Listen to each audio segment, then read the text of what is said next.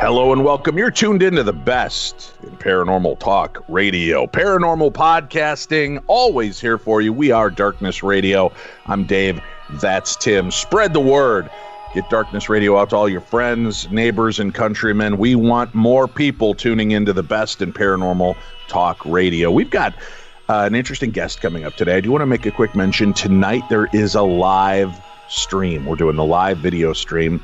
Darkness Radio presents, and we're going to be talking about another one of Holzer's cases featured on the TV show. We've only got, I think, this one and one more to do, and we're done with season 1 and 2 of Holzer's Ghosts.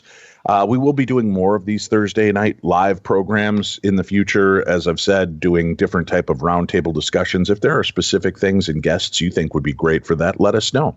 You can always email us those guest bits of information to dave@darknessradio.com. As a matter of fact, some of our favorite guests that we found over the years, Tim, have come from people sending us in guest requests saying, hey, you guys should have this guest. You guys should talk to that guest. And we love it. Sometimes we find some unbelievable gems in that pile, and we want to thank all of you that have been doing that for the last 16 years. So keep sending on your great guests. I'm looking, Tim's looking. We're always finding great guests to share with you, but sometimes we don't get to see it all. I know it's hard to believe, Tim. You'd think we were clairvoyant or something, that we should be able to see all, be all, because we host a paranormal show. People don't believe that we don't have those abilities. No, you know what? You would think, but after all this time, Dave, that we could just snap our fingers and guests would just fall at our feet. But no, it's not that easy. No, we still got to search for them. So I figured, you know what? Maybe if we start to attune our abilities, to maybe if we could talk to somebody that knows about this, we could figure out a way to clairvoyantly communicate with people in, you know, the nether realm and this realm. Nether realm always sounds like a dirty place. Let's say the ether world. I don't know what the best term is for that. But we've got our guest joining us today, Stephanie Milanowski. Her book, Clairvoyage, Stories from a Highly Sensitive Life. Talking to two highly insensitive men. We appreciate you being here with us today, Stephanie. Oh, thanks for having me. This is an interesting book, right? A collection of stories from your life. And I love, what do you mean when you say the unwitting clairvoyant? Well, it took me a while to figure it all out. I thought actually everybody had these abilities. Sure. So I thought that everybody, I mean, that's how I grew up. I just thought everybody could hear people's thoughts, could see things, could, communicate with deceased. It just was normalcy to me. So, so it was kind of, that's why I say unwitting, just that I didn't choose to do this. I didn't elect to do it. I didn't think, oh, that sounds neat. Let me hone my skills, it was just the way that just the way it came about to you. Yeah. Well, I know that you talk about a bunch of the different clairs in this, and maybe we could get a discussion going just to kind of catch listeners up that may not be familiar with all of the different versions. There is clairvoyant. What exactly is a clairvoyant? Well, I can see things that are going to be happening. I can see them. I can almost premonitions. Okay. So I'll get a premonition. So you have precognitive views. Precognitive views. Yes. Okay. Yep. Mm-hmm. And they can be anywhere from, like a couple days before something happens or up to 10 days even. But the detail, everything, I can get really accurate detail, and that's what I'm given. And it's almost like a form of remote viewing. That happens. Having talked to Tim and I before the show, were you getting anything like either one of us bursting into flames or choking on a Hostess donut? Anything we should be aware of? No, I don't think so. Wait a minute, you don't think so? That sounds like Michigan nice to me. I don't think so. Oh my God, Tim, one of us is either bursting into flames or choking to death on a Hostess donut. And as I've got a box of Hostess donuts in front of me, I'm afraid I know which one it's going to be. I really need to know on that Hostess thing, because I'm just about to take a bite. If you could kind of tune in real hard on that, I appreciate that. I would go for it. Okay, good deal. Thanks. I appreciate it. Nothing comes between me and a donut. So no. All right. Go for it. But on the other side, Tim, she asked if I needed a new co-host. So just think about that. Oh, okay. Well, I'll just sit. I'll sip tea for now. That'll work. Gum it, Tim. Gum it really good. Let's all right. So clairvoyant gives you that ability to kind of see. Does that mean you can see the dead as well? The dead usually come to me in form of voice. Okay. Or touch. So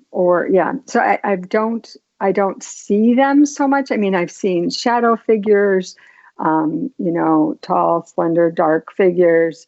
I've seen kind of, I guess apparitions, but I don't actually see a physical person standing in front of me. I'll see kind of visions.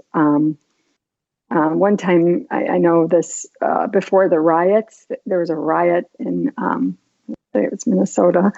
And I actually was taking a walk with my husband and dogs, and I saw a officer on a horse, and I saw a young a woman come up to that horse and him stop. I mean, I saw this in the street, and I saw it thinking, oh my gosh, what is this officer doing, this riot officer doing on the back of a horse, in our neighborhood? And then I kind of, blink a couple times, and I understand that I'm seeing, this is a premonition.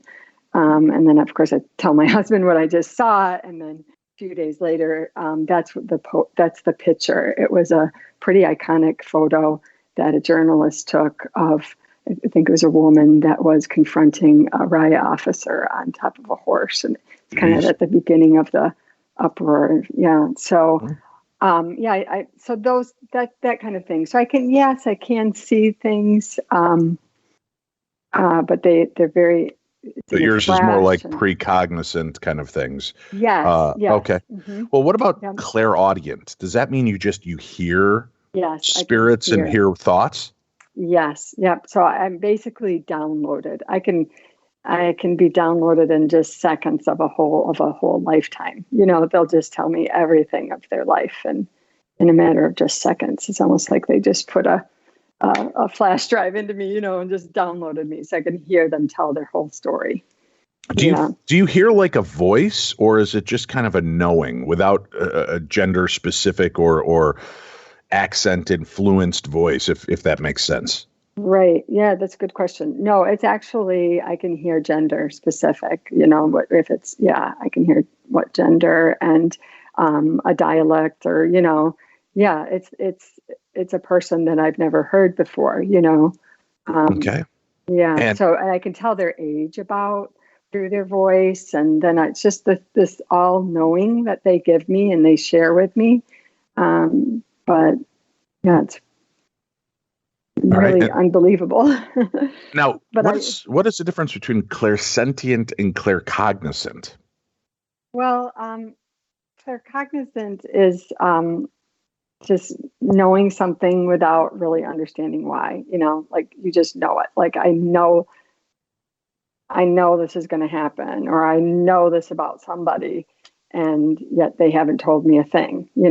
So I can be out shopping, and I can hear someone's aunt or uncle might come to me and say, could you please tell, my niece or my nephew this message? So, how do I know that? And, without knowing these people, so do you approach them, if the spirits ask, or is that, do you ever feel like that's an intrusion of privacy to just be approaching strangers and be like, hey, your Uncle Larry said, look under the third couch cushion. You'll find these, and he loves and misses you.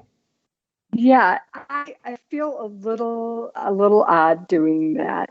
I don't do it very often unless I'm really pushed by spirit to do so. If I feel that it's, but I don't like to do it too often, just because you just don't know where people are coming from, and, how they're going to take it, really. Me as a stranger coming up to them and knowing this information, it could really throw them back. So I tend not to do it unless it's a really strong message. Do the spirits ever get pissed at you when you decide, no, I'm not going to give that to them? No. I've gotten back in my car and cried, just because I just feel they're just, so upset with me. And, how could I walk away from it? And there's just this overwhelming grief, or I felt guilt, or I could see an accident that's going to happen for this person. And geez, I could have just tapped her on her shoulder and told her, or, but I didn't. And you just I carried that grief a bit, and, but boy, it's tricky, how do you do it? That's kind of a strange gift to have. Yes. To be able to get these messages and not just, ghost whisperer Melinda just walk up and go, hey, your mom is here and she needs you to know, and have that person be happy to hear the story or hear what's going on or the warning or whatever might be coming. I've got to guess that's got to be sometimes more a curse than it is a gift. It is. That's what I've told my family for years. It doesn't feel like a gift because of some of the information. What do you do with it? I haven't been fortunate to have a best friend that's in the FBI, or, it's just, what do you do with it when you see something? When was it recently that shooting in, I believe it was San Diego, a few days before the shooting, it was 3 days before the shooting, I heard rail car. And then I saw this, it kept flashing in my mind. And I thought it was like, I love race cars and I love cars. And I thought it was like the side of like the race car track. It just seemed to me like a track. I just kept seeing a track.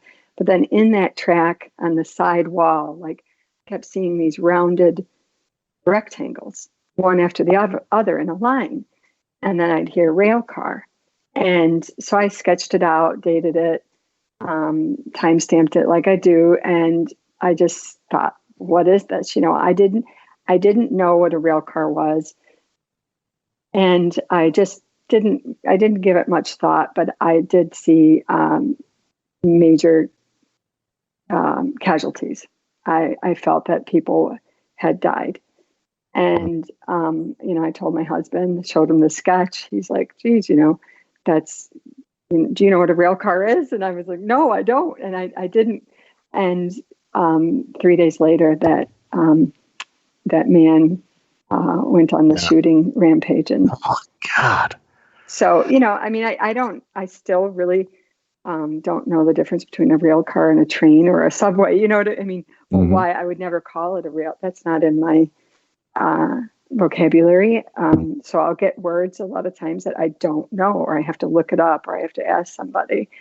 So that's that. What is it like to have to bear? Yeah. What is it like to have to bear that knowledge and information and know there's nothing you can really do to influence it or change it? Is it just the universe proving to you, no, you really do have these abilities? Look, we'll show you this so that you don't question in the future. I would say, like, gosh, then just show me a butterfly landing on my windowsill and a day later let it land in the same place on the windowsill, right? I don't need to see trauma and horrific things taking place. Right. Yeah. I ask myself, why me? What am I supposed to do with it? And, why do I see it? And could I be put to use somehow? I would love to be able to help and be able to stop these things before they happen, because, when I see them, it's 10 out of 10, really, things, it comes true. It's just a matter of, 48 hours or 72 hours or 10 days, I remember driving home one day and I saw yellow, crime tape warding off this area at the end of the street. And I was like, oh, geez, I wonder what happened. Kind of blinked my eyes. The yellow tape's gone. I thought, oh, gosh, and 2 days later, driving home, yellow tape is for real this time. Someone drove their car and it went right into this pond and he drowned. Oh, boy. So, but, do you wonder, I mean, had he drowned 2 days before and you were picking up on it at the time and they only found him the day that you saw the actual tape? Say that again? Well, you said you were driving by, you had this clairvoyant, this kind of precognizant scene of seeing the tape, but then when you blinked, it was gone. Then 2 days later, there it is, and the guy had driven his car in the water. I'm just wondering, maybe he had vanished or driven the car in the water on the day you saw it happen, when you first got that flash, but they only found him 2 days later. Oh, gosh, I never thought about that. Just curious. Yeah, I wonder, because going past, I only say that because I had a similar situation. The only time I've ever had that kind of situation happen was with my mom on New Year's Eve of 1988. And every time I passed the street, I had visions of her collapsing or being put in an ambulance. And sure enough, that night she suffered a grand mal seizure in front of my dad and I and hit the ground. And, it was like I was getting that download, but it was precognizant. Every time I passed the street, it was realizing, it was tonight. So I was just wondering how that might have broken down for you. Yeah, it might be something you want to look into and see. Look up that crash and see if you can see what day it actually took place and what day they uncovered the body.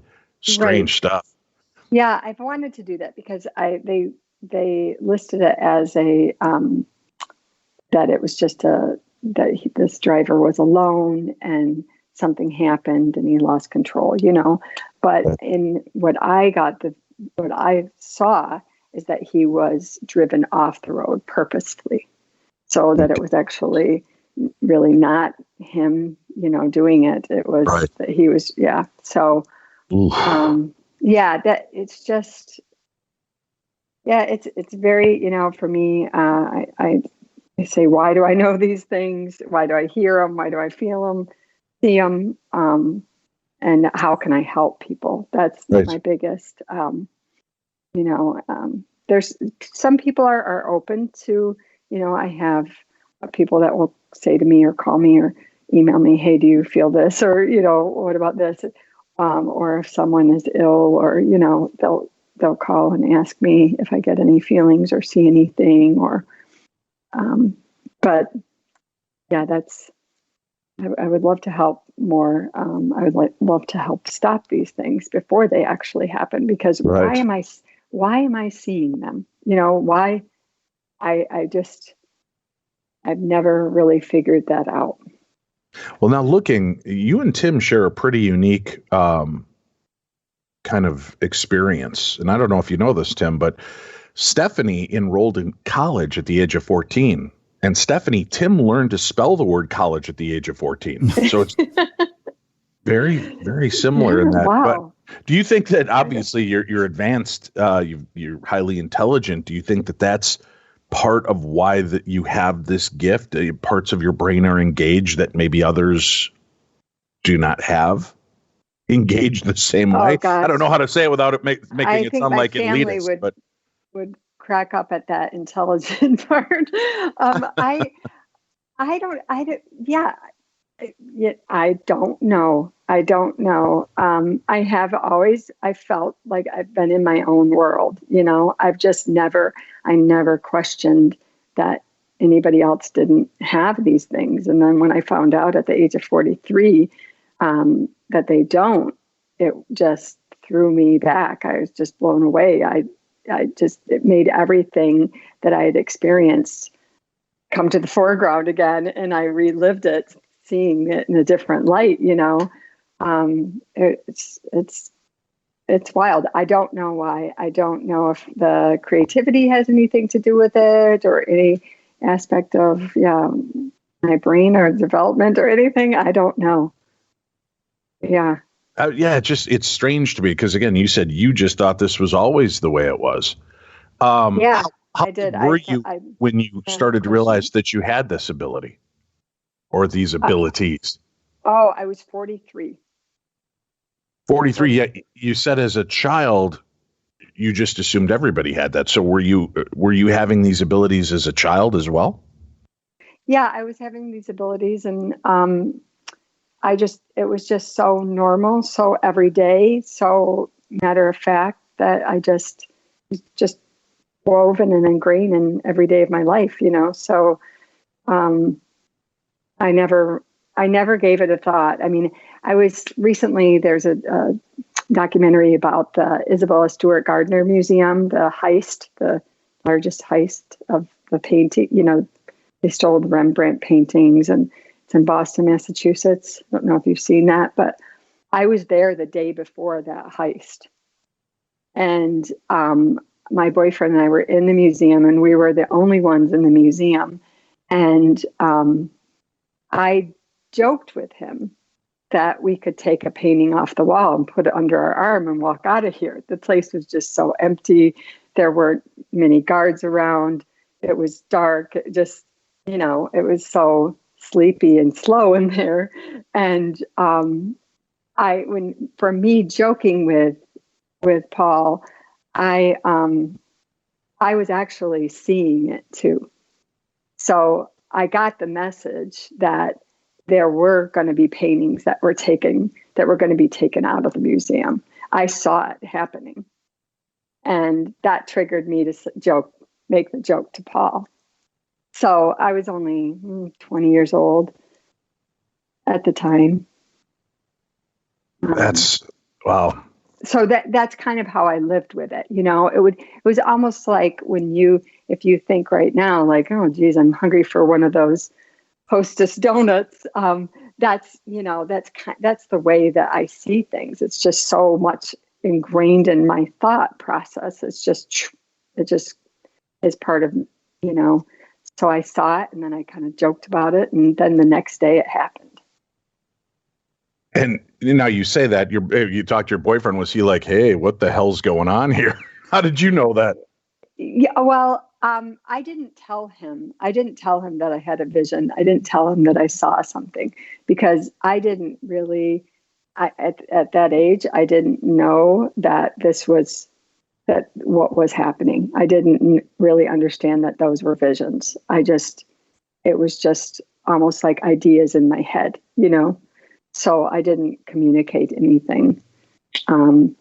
I would see ghosts. I would talk about paranormal experiences like that, but nothing on the like the clairsentient or clairvoyance or, you know, because those weren't. That wasn't in my vocabulary. I didn't even really. I knew that there were psychics and palm readers, but that was about it. I didn't know anything else. You know, I knew about ghosts because I'd seen them and I'd experienced it and my family had talked about it, you know, paranormal, but that was as far as it went until I turned 43. And none of your family members have had this kind of ability as well? My mom will have some from time to time.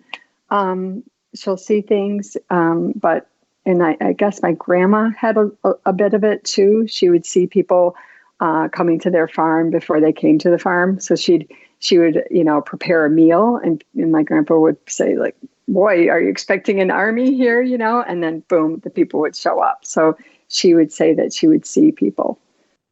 So yeah, it could be something hereditary, I guess, you know, but yeah, nobody's at this degree that I have it. So. Well, you said at 43 is when this thing kind of really kicked in. Yeah. Can you explain that to me? What happened to you? What was this awakening? Well, I was working for I was a creative director for a company, an entrepreneurial company. And my boss, I was just lighting the candle at both ends. And I got the shingles. And she gave me a book while I was ill. She said, here, read this book, you know, and, you know, it's a heavy read, but I think you'll enjoy it. And it was the book, Extraordinary Knowing by Dr. Mayer.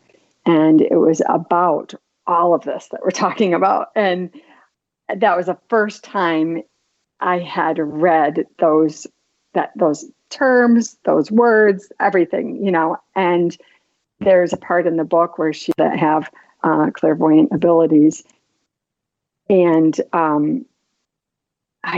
it just hit me because I'm reading about it like it's big news in this book, and that's been my whole life.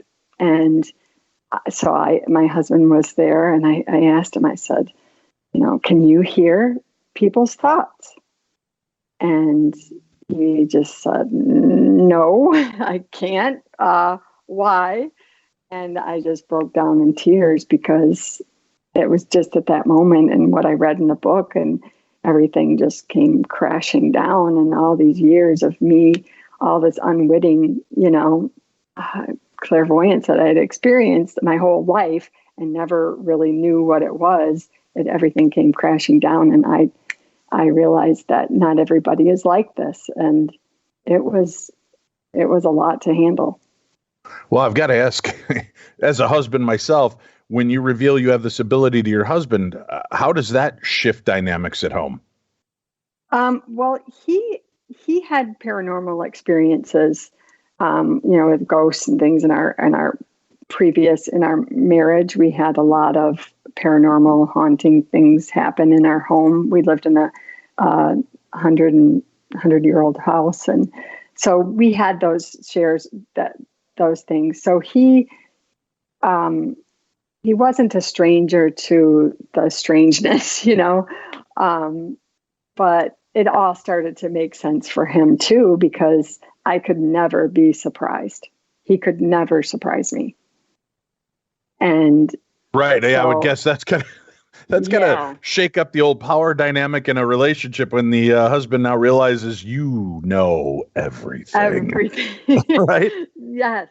Have you not learned how to turn that off to protect yourself and your sanity? I've got to guess being in a crowded place has got to be hell on earth for you. Yes, and that's exactly what it was for 43 years. It was just overloading. It was like just overloading the circuits every single day, because I also was a teacher. So I'd have students and I would feel every single one, what was happening with them, what was going on in their house, what they were saying, what they were thinking, everything, even down to their parents. And I would know what each of them was going to do before they do it. It was a lot to handle. So I was juggling a lot. And, so it just all made sense to my husband. And, when I figured it out, I shared it with my husband, and then I told one of my best friends, and we met for coffee, and I thought, I'm just going to tell her. She can think I'm crazy and never talk to me again. And that's her prerogative. She can do that, but I have to tell her. I have to get this off my chest. And so it was a half an hour coffee meeting that turned into like about 3.5 hours.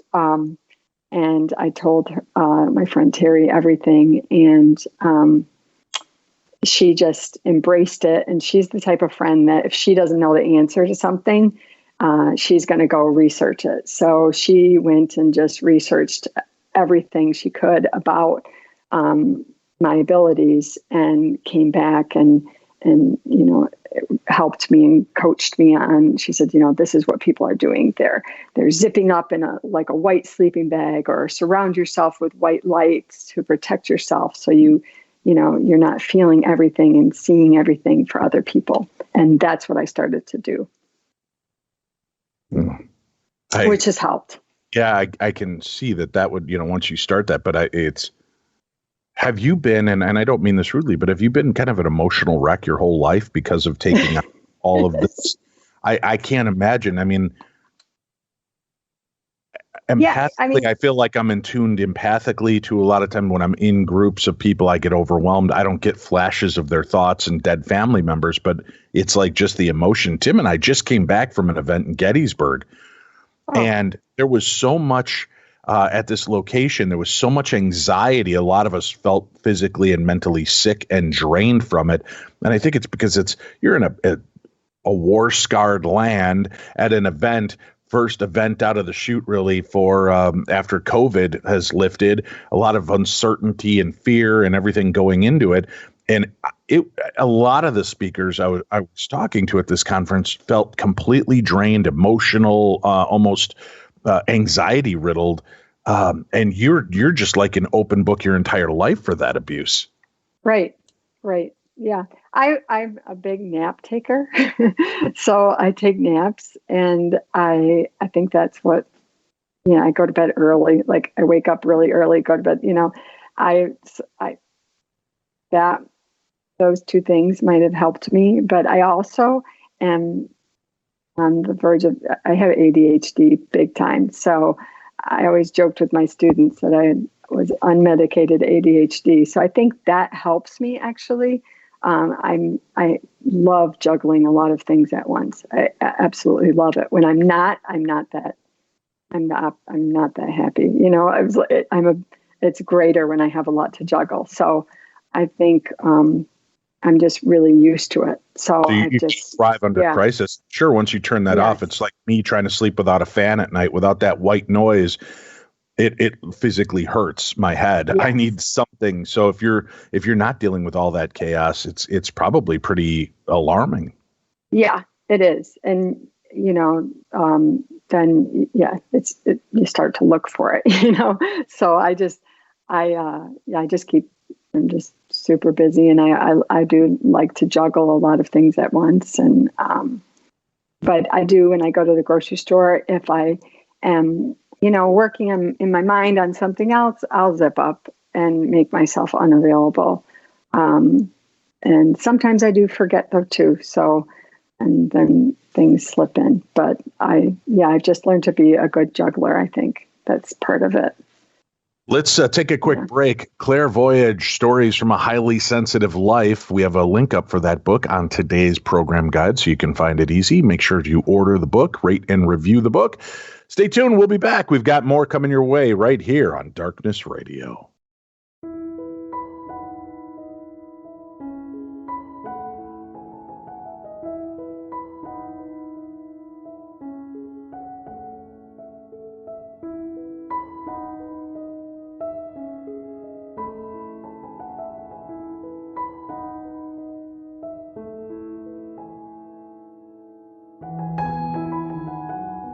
Hello, my little darklings. Welcome back to the program. And if you're curious, I do still have my package available. The book, autographed book, the autographed decal, the card decal and the autographed Holzer Files card.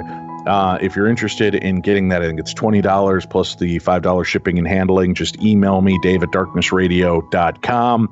Tell me that you'd like to get the package, and we will make sure to get it out to you and invoice and get those kits out. The Other Side, A Guide to Ghost Hunting and the Paranormal is the name of the book, co-written with Marley Gibson and Patrick Burns. You get the Holzer Files autographed card that I signed, and then a Darkness Radio decal that you can put on your car. You could put it on your laptop. You could put it on your iPad. You could put it on your husband's bald forehead, wherever you feel it would look best. Make sure to go ahead and order up one of those kits. We've got them up and available right now. Tim, do we have any word on the Darkness Radio talking boards, when they're going to be officially available, aside from that small run we tested out in Gettysburg? Not quite yet, but it will be in the next few weeks. We'll have a store set up here in the next few weeks, and we'll let you know when that'll be all put together and up and running. Yeah. Yep. All right. So keep listening. We'll mention it. Keep checking out our website and all the information there.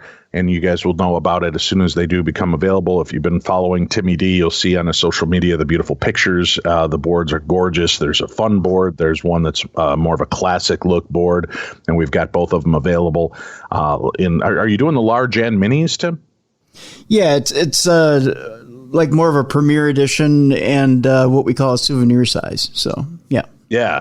So they're really cool. About the size of a normal Ouija board, only they glow in the dark. They're full size. They're really neat looking. And then you've got one that's about a third the size, and that's the souvenir boards. So again, really cool pieces. The people saw them out in Gettysburg, snatched them up right away. So it was great to see people had an interest in this, and they got past the talking board concept of it and know it's a really neat souvenir and a small run piece that we're going to be able to do for our listeners.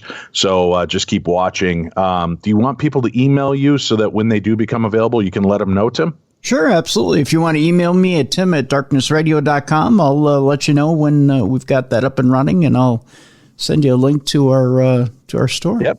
Just put in the subject line Darkness Radio Talking Boards. Yep. You don't even have to write an email. Just put Darkness Radio Talking Boards and then send it to tim@darknessradio.com. And then he will send you a link as soon as they become available. So there we go. Got that out of the way. Clairvoyage, stories from a highly sensitive life. Stephanie Milanowski, our guest today, as we talk about her life growing up and dealing with these abilities that seem like they would be crushing to most of us. You've really learned to embrace and sift through them. But have there been some terrifying moments for you, Stephanie, with these abilities? Oh, yeah. I mean, terrifying in terms of I think I'm losing my mind, or just for safety for myself too. Yes, definitely. And my family. Mm-hmm. Yeah. Now, talk to me a little bit about that. What do you mean safety for you and your family? I've gotten myself into situations where I have told someone, that I see something and I get a name from a deceased. And then I tell somebody that name, and that person isn't a very good person. And, then I'm kind of in the middle of it. That's happened. So, a lot of times I get to say, do I really want to jump into this? Because the information that I get is so accurate. I have to be careful who I tell, and, so it's sometimes it's like that. So it's pretty scary. And then, I've hearing deceased, crying and, not knowing what to do. It's not easy. So it's not, and I think that the greatest story that I have that has happened to me that has been like, it's not crushing, but if you've ever lost anybody that you've really loved, and then to hear their voice come back to you and tell you that they love you and miss you, and that they're past. So how can you be hearing it?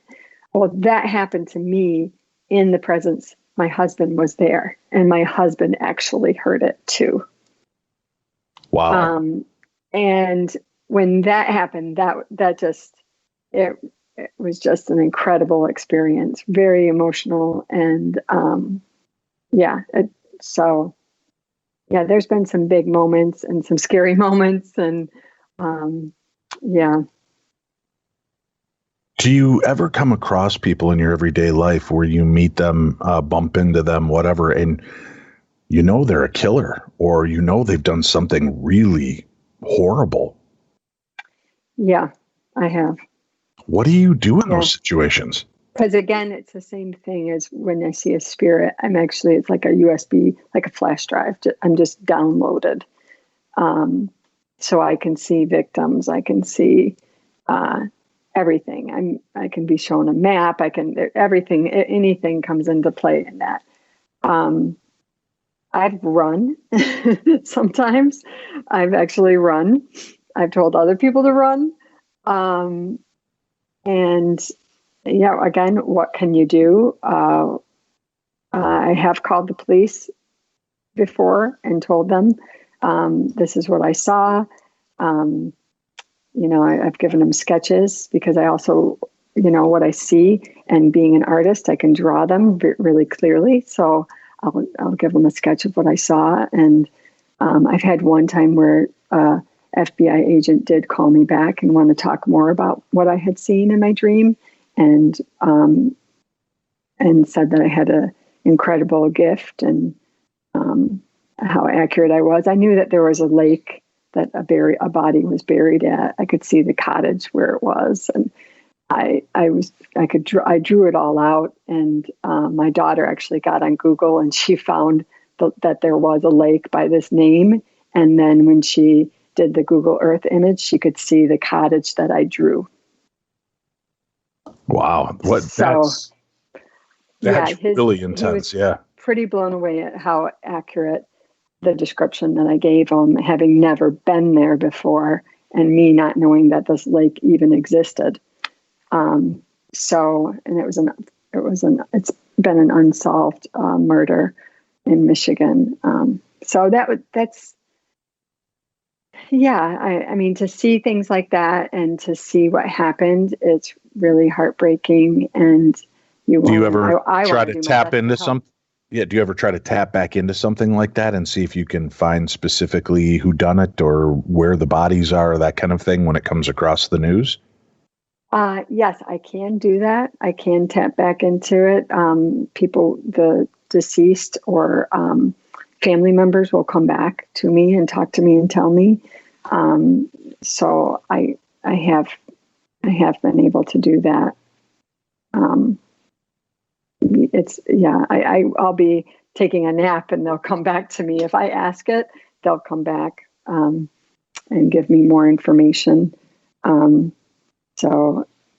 But again, do I want to know? And if I do know, then what do I do with that information? So I would love to work for the FBI and then just to be put to use. It would be great. It would be absolutely wonderful. Do you offer up services to people on the side if family members come to you and they're like, Stephanie, we need help. We can't find little Bobby or Cindy. Do you tap in to try to help them? And how does it work? Find lost objects and things. Yep, I do that. People that know me, they've called me and asked me. They've also had issues with bumps and things in the night, and I can see things, and I can let them know what I've seen. And I've seen things in attics before that people didn't even know that they had until they went up there. So a lot of times I'll see an object, for instance, that someone has that has held on to some energy that is not good energy, and I'll see it in their house, and I'll tell them that, I see this object, and I would remove it from your house or, get rid of it somehow. And so, yeah, how do I know that that's there? But I see it as plain as day. And I've helped people that way too. So yeah, it's really, I'm open to helping anyone. Well, do you avoid the news then? Because there's constant lots of bad news and murders and kidnappings and abductions. I've got to guess that that's pretty nightmarish for you as well. I don't have TV. I can't watch it. So you haven't seen my TV show, The Holzer Files? No. All right. It's been nice talking to you, Stephanie. Have a great No, I'm just kidding. It's so overwhelming. It's overwhelming, but there's just so much I'm picking up around me and with friends and family, and I go to bed early and I wake up early, Yeah. Is this something now that having this gift, having this ability, seeing these things, and not always being taken seriously by those that you reach out to, do you ever try to wish or will this ability away so that it's not so prevalent in your life? And I've got to guess it's very distracting from real world stuff too. I can set it aside. But you said earlier, it's more like a curse than a gift. And it is more like a curse, especially because I'm not tapped into any network that can use these things. And, for instance, my vision in San Diego, how can I tell somebody that that's going to happen? What would they do? Would they beef up security? How can I help things be avoided? I wish I knew that. If I could tap into that and figure out how, that would be wonderful. That'd be great. What do you tell people that are actively trying to develop these type of skills? Is it something, do you have a warning Oh my goodness. With that, or what do you think? I think first off, I think why, why, but it's just because it's to me, sometimes it's a burden, it's, what do you do with this information? It's very heavy. Some things that I get, some things are great that I get, I'll help solve something or I'll help someone find something. That's wonderful. But a lot of the times it is, the information or things that you see aren't so great. So I don't know. I really don't understand it. But that's not, I don't pass any judgment on that. Whatever they want to do. But for me, it has been, it hasn't been, I just don't see it as a gift. And people really don't really embrace it all that much. The general population, a lot of people don't believe in psychic abilities. In fact, Right. That's kind of a taboo thing to say. Intuition sounds better. So yeah. If people were trying to find a missing child or a missing loved one, can they reach out to you? Is that something Yes. that they can do? I mean, do you request payment for doing this kind of work? How does that break down? No, I would not accept payment. I would just be happy to help people. I think that I've been given this gift to help others. And that's what I'm trying to tap into, see if I can, with this book, especially, to share my stories of my super highly sensitive life with people, that maybe there's other people out there, other parents that have kids that have abilities or that see these abilities in their children, and just to be able to understand these abilities and to be able to get people to talk and accept them more. And have the ability to utilize these gifts and think about them. I had someone that's read my book that wrote me direct messaged me recently on Instagram that said she believes that her autistic son actually can communicate telepathically. And I think that's just incredible. And that's amazing. Has anybody thought about that? And maybe they have, but we need to look into that more, because for me, I didn't start talking until I was 5 years old. So could I be on the spectrum? Of course. I'm at this right now. If I was 5 and not talking, they would have me on the spectrum. So, but I was communicating telepathically when I was 5. I was manipulating I was seeing pictures in my head, and then I would almost like it was like I'd wish them to come true, and they would come true. I could make people order things for me, do things for me. It was just me communicating with them without speaking. And it was really efficient and it was speedy, I remember.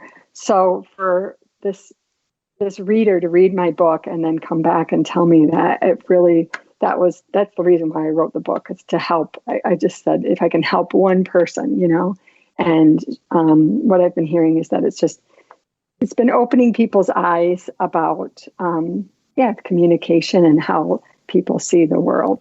And that's what I really hope, is that, this psychic ability won't be so taboo, that it will be more embraced. But yeah, I'm here to help. And I think that's why I've been given this gift. Now, you mentioned about not talking until the age of 5, and I want to talk to you a little bit about non-communicative or communicative people. I can't get that word out. I know Dave jokes about me not being able to read until I was 14. He was joking about that, by the way. And what's interesting about being able to communicate with people in general, I'm wondering how your gifts reach people that don't necessarily communicate as well. And if you have that gift as well, are you able to communicate in a way with your gifts with people who can't communicate? Can you communicate, like, let's say, with people who are in a coma? Do you have that ability to reach out to people who, let's say, are on that veil, like between the living and the dead? Boy, I have been present when someone has passed, and I've witnessed. I wrote about it actually in my book. The spirit just went swoosh right over my shoulder and actually opened a window behind me. Okay. I didn't at that moment. I didn't think to communicate with her spirit. I just accepted that her spirit left the room. But no, I haven't had the opportunity or had the, to speak with anybody that was in a coma or other, I haven't tried. I haven't been asked to do that. I was asked by a friend, what I saw for someone that went to his church that couldn't speak and that was having difficulty. The parents were having difficulty, and he wanted me to see what I saw for her. So I can see things about an individual, but I didn't have the ability to meet this person. Had I had the ability to meet this person, I could have possibly tapped into it. I just don't know.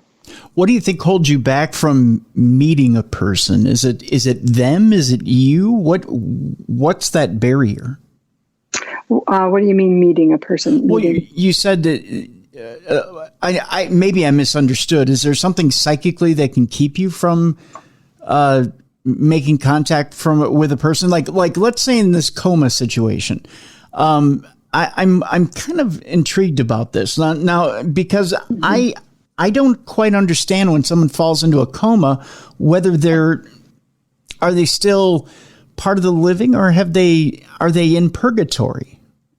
Right. I don't get that situation because a lot of times, people who are in a coma, we've been told they can fall into brain death. We're told that they can be in a state of suspension. Psychically, what do you believe? Where do we go when we go into a coma?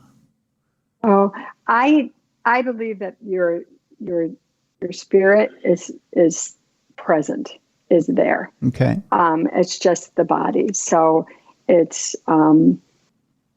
So you're able to hear.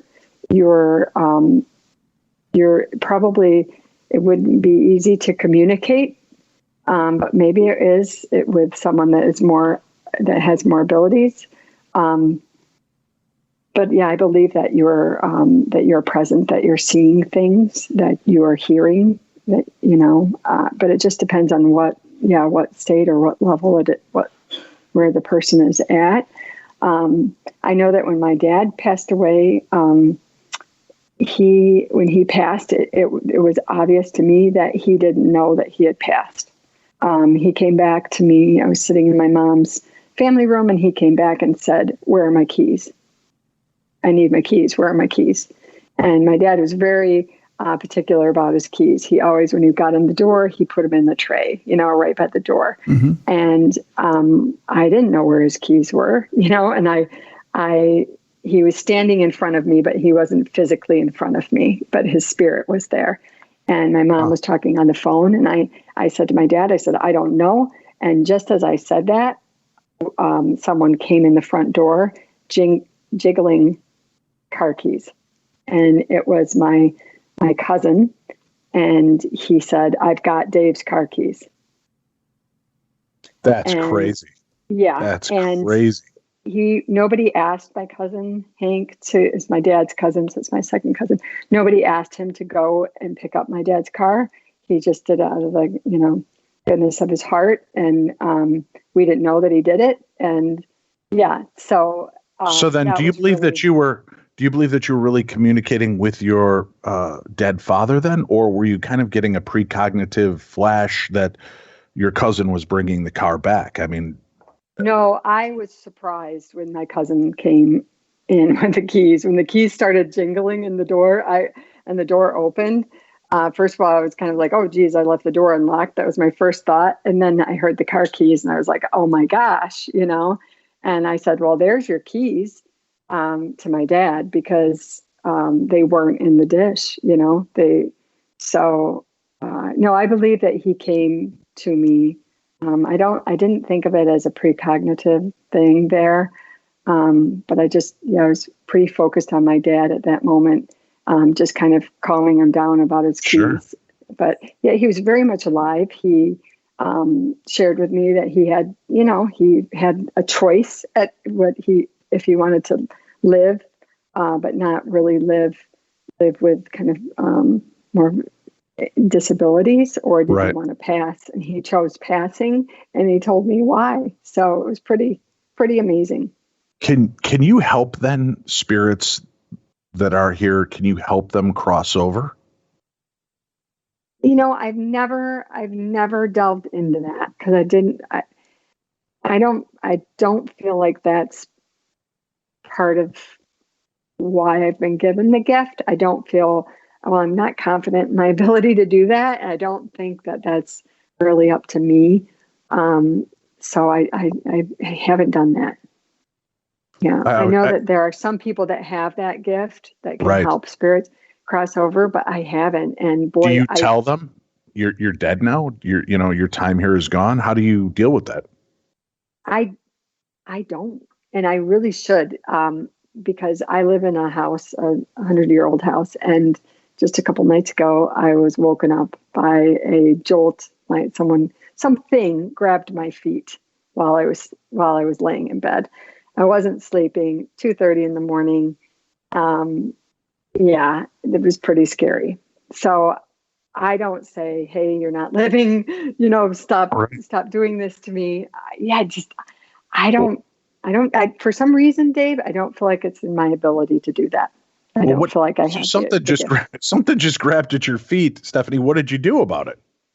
I just laid there, and I just went through kind of scenarios of, okay, what did it feel like? How big was it? Just trying to think about what it was. Was it human? Was it not human? And what's the date? What's the time? Why, but then shortly after I'm laying there, my dog got up and started barking at something at the end of my bed. And then that woke up my husband, and I told my husband what happened. And he said, "Do you think he sees a shadow about our dog?" But the dog went from the bed, looking down at the bottom of the bed, and then went to our closet and just barked and stared at the closet. Yikes. Well, with that said, then, can you see things like the demonic realm or aliens, Sasquatch, cryptids, things like that? Yes. Yes. All right. Well, I'm going to need more meat on the story than yes. So what do you see? Talk to me through that. First of all, the demonic realm. Do demons exist? Do you see them or sense their presence? Yes. I get chills with that question and tears in my eyes. Yes. They exist. And they can go from house to house, and they can hitchhike on you. They can, yes, I would love for everybody to be able to embrace that they exist and they're real and they're nothing to mess with. Can you share with us an encounter or two that you've had and when you've seen these beings? Well, something that grabbed my feet was not a good being. I saw it as being almost dog-like. In fact, I thought that it might be the spirit of my Newfoundland. I had a giant Newfoundland, but when I'm going back and I'm replaying what I saw, it wasn't him. There's no way that it was him. This thing was two long legs, had kind of like hands, claws, kind of things. Do you know what it wanted? Scariest. We've had claw marks appear on our carpeted steps before. We erase them with our foot and they come back. It's scary. What was your question? What do you do? I mean, do you speak out to the demon? Do you just ignore it so that it doesn't? How do you deal with that? I know that they say don't show fear, but they truly do scare me to the bone. There's a story in my book too about, I call it the Grim Reaper. It was the Grim Reaper. I mean, I saw the sockets where the eyes would be, the black cloak. It was just, if you could think of an image of death, that was it. And I saw it as clear as day at the side of my bed. It's, to me, I first meet them with fear. This one I said, you don't scare me. I'm not afraid of you.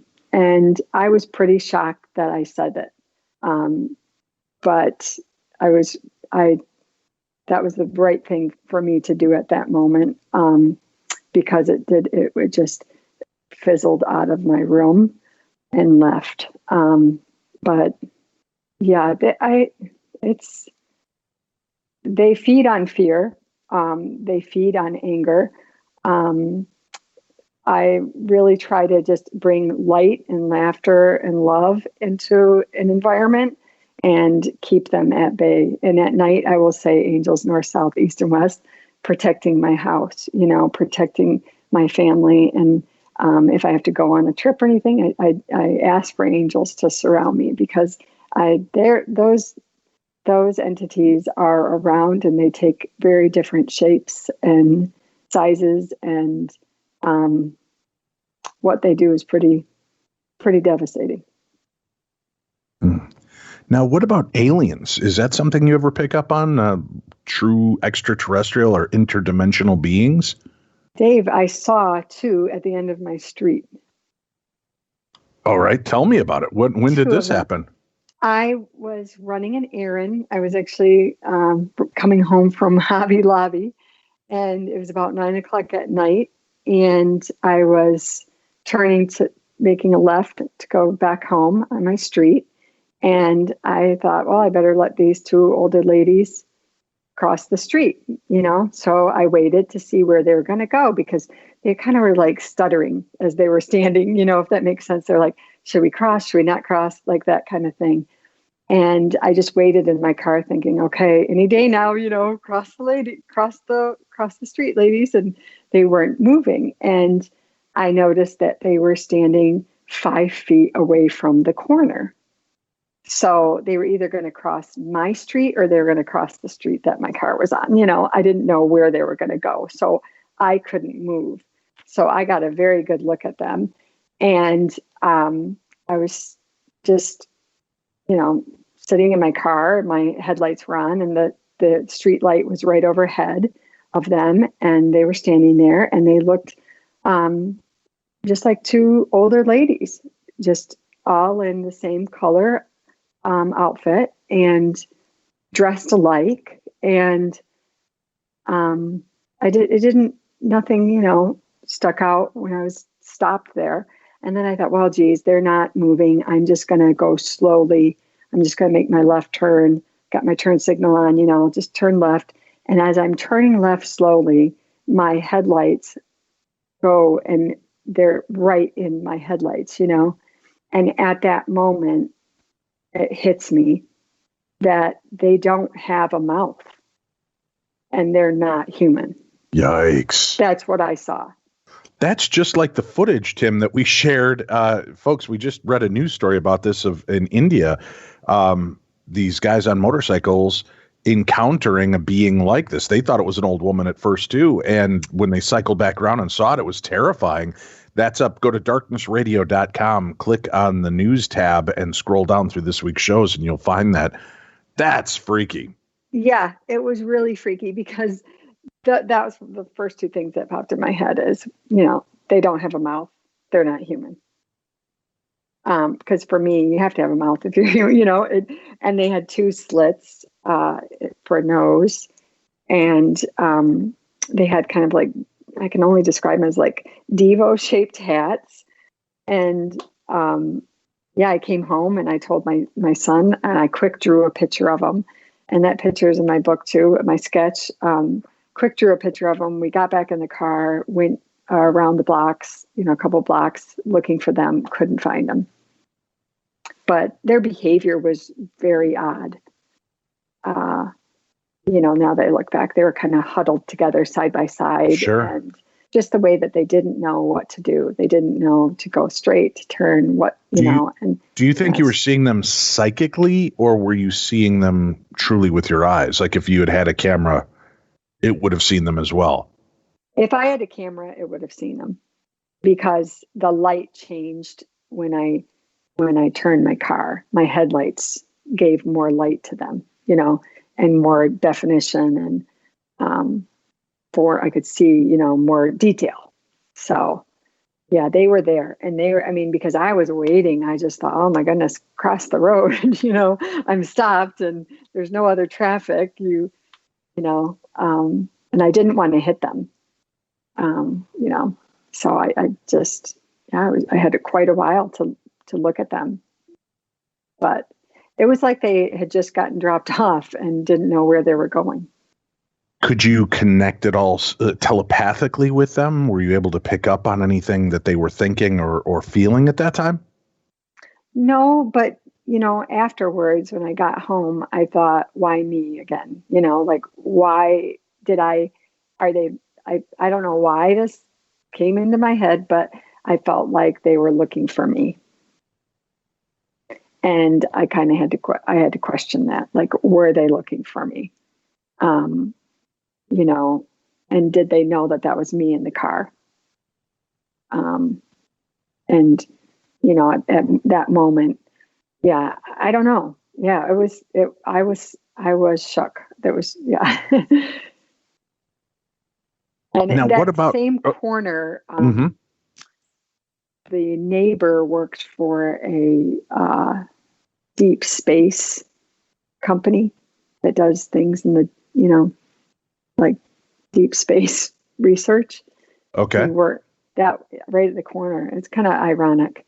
Right at the corner there, that was his house. But that wasn't the first time. My son and I witnessed an orb. We call it an orb. It was this orange light that was moving erratically and kind of in an infinity form at night. And actually our Newfoundland that we were walking stopped because he saw it first, and he stopped, and then we noticed it and we watched it for about 2 minutes, and it wasn't a laser pointer. We had time to sit there and think about it, and I told my son, I said, if it starts moving across the street, I'm running. It was like that. It was pretty strange, but that was the same corner that I saw the alien beings. Well, that tells you something, right? Obviously, I wonder if there's a kind of rift there. Have you ever gone to stand on that corner to see if you can pick up any kind of strange energy or any other imagery? I don't like that corner. To this day, I will walk as fast as I can by it. I do not like that corner. I can't understand why. Yeah. I do not like it. So, it's just strange, very strange. And my house too, I have so many things happening in my house that a lot of my friends are like, how can you continue to live there? And well, what type of things are happening, obviously, besides the foot grabber at the end of your bed? What other type of activity? We have a bedroom that our son used to sleep in, and he had several things happen. He would see gold. He described it as like metals that would fly out of the closet, that would kind of drift out of the closet. And he just later to me just a couple months ago, it's almost like a portal, basically. The closet door wouldn't really open. It would just envelop it. Darkness would just take over the closet. And then these things would kind of toss and turn in the air towards the end of his bed. And that would happen and wake him. He would sit there and watch these things and hope that they don't come near his face, or, what are they? And it would scare him. He had something where he saw a ball of lightning at the top of his ceiling that danced and bounced at the top of the ceiling and then went down the hallway. He had where he saw a blob that turned into another blob that turned into another blob, a dark donut kind of shaped cloud hanging in a corner of the room. We now keep that bedroom door closed at all times. Nobody wants to go in there. It's just, even your husband, who's not really affected by this stuff, he won't have anything to do with it. No, he doesn't even. I mean, we talked about that recently. I said, after I wrote this book, it dawned on me that why didn't we ever say to our young son, "Hey, we'll sleep in that room with you," and we'll see if we can see these things that are happening. But we didn't want to because we were afraid of it too. So, yeah. And my husband admitted it. He was like, "Oh, I just wanted to get a good night's sleep. I didn't want any of that stuff to happen," So, yeah. But I kind of joked with a friend of mine that I could probably rent the room out to paranormal groups because something is going on in that room. It's either a portal or to another dimension. Something's happening. But I'll walk by it and I'll see shadow figures and standing there, multiple shadow figures. And it's just scary for me in the middle of the night. The question to me would be, with them.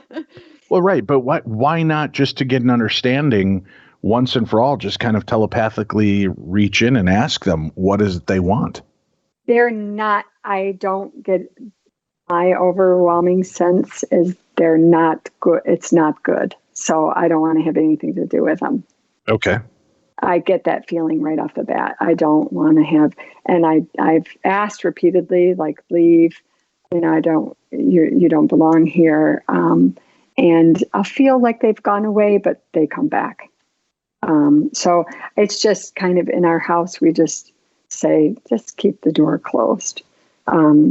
But yeah, we need to, I would love it if you could come and see what's happening to it. Oh my goodness.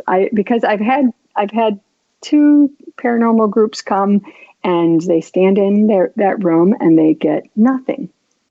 And I don't understand it. Well, if they're not as tapped in as you are, and obviously you seem to affect a location like a battery, it probably draws those energies and spirits to you. But that's not a guarantee that everybody else that comes through those doors are going to have similar experiences. That's the true. That's the sad side of it. Weird stuff, Stephanie. The odd thing, though, is that we've tried to sell this house and we haven't been able to. And when we had it on the market, we would watch people. They would go upstairs, but when they got to that room, they would hold the sides of the door and kind of poke their head in and then go, "Oh, okay," and then walk. So complete strangers get a kind of a feeling about that room. Nobody really wants to go in there. So. Well, I'll make a mention to you and listeners across the United States, a guest that we've worked with in the past, David Franklin Farkas. He has a website called househealing.com, and he does remote energy healing and redistribution.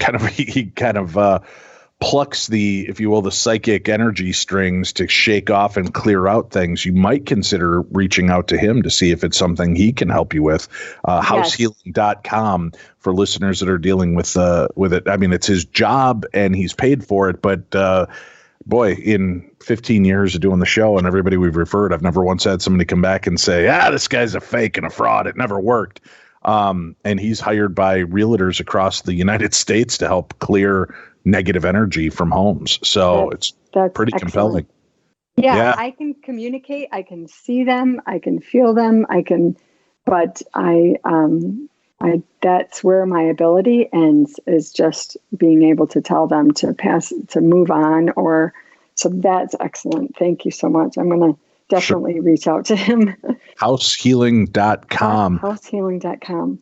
And I'll put the link up for that in today's episode guide as well, folks, so that you can find David Franklin Farkas. Boy, it's hard to say all those names, Tim. Too many D's and F's in there.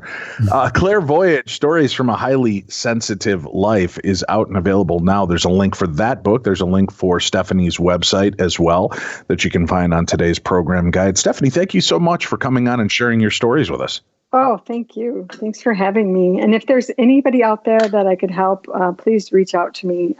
That's why I've opened up and written this book to help others. So if I can be of any assistance or any help, I would love to help anybody. All right. The link is on the bottom of the page. Check it out. Find Stephanie, reach out, especially if you are at your wit's end and you need somebody that's willing to listen and hear and might be able to help. Stephanie might be that reach for you.